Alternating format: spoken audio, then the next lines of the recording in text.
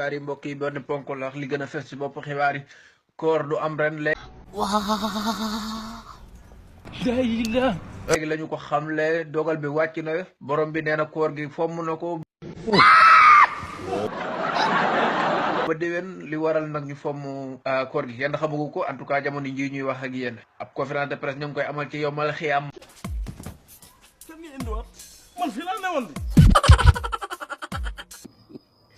malaakal mawti mi yor seen kàddu dina si dikk ak ñun ci bopp xibaar yi dinañu si jël itam ki nga xam ne moom mooy général Bayern Dieng moom mi nga xam ne moo jiite woon coalition ànd wattu koor gi dinañu ko jël Xaadim Dieng mi ngi si ligne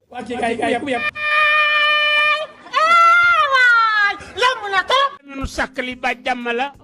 doogu do re lan tuuti